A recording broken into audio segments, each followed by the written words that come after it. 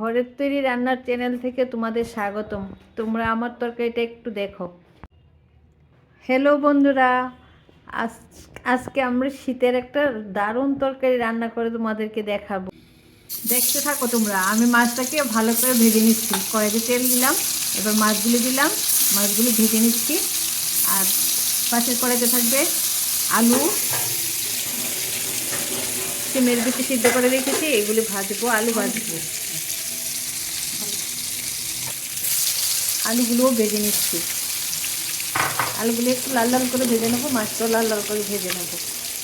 শীতকালের একটা দুর্দান্ত তরকারি, সিমের বিচি, আলু আর মাছ। তোমরা খেয়েছ?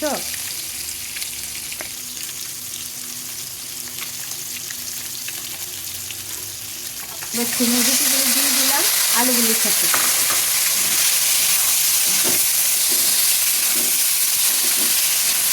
এবার সিমের বিচিগুলো নেড়ে চেড়ে নিচ্ছি, একটু ভাজা হবে।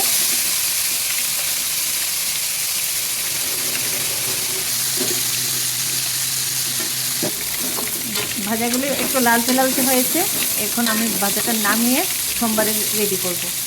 মাছটাও ভাজা হয়ে গেছে, দেখো কি সুন্দর লালচে লালচে হয়েছে। কড়াইতে তেল দিলাম, তেজপাতা দিলাম,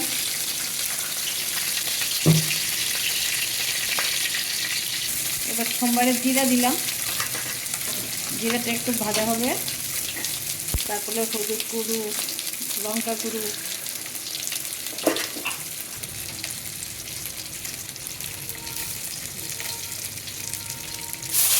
লঙ্কা পাতা, জিরা ধনে আর আদা পাতা একসঙ্গে দিয়ে দিলাম।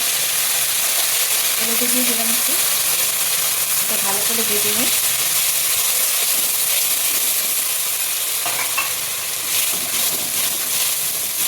ভাজাটা ভালো হবে, সেন্ট দিয়ে দেবো।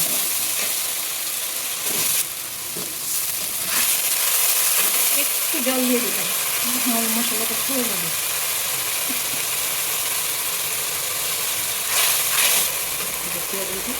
মশলাটা সিদ্ধ হয়ে গেছে, এখন আমি আলু আর সিমের বিচিগুলো ঢেলে দেবো।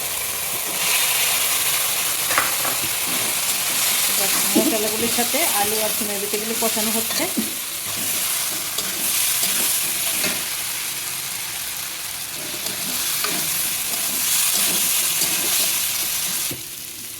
এবার জল ঢেলে দিলাম।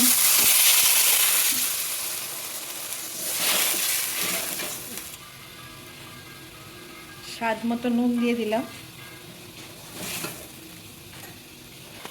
বিচিগুলি সিদ্ধ হয়ে গেছে, এখন মাছটা দিয়ে দিচ্ছি।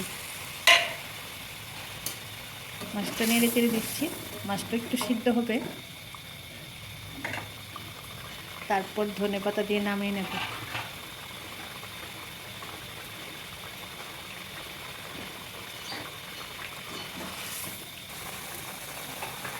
ধনেপাতাগুলি দিয়ে দিচ্ছি। দারুণ গন্ধ বেরিয়েছে।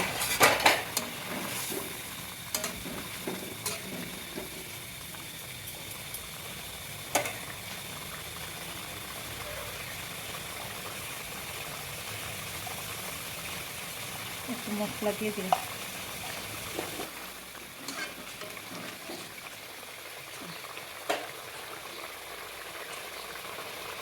আমার তরকারিটা রেডি হয়ে গেছে, তোমরা দেখো। আমাকে একটা লাইক করবে, শেয়ার করবে, কমেন্ট করবে আর সাবস্ক্রাইব করবে।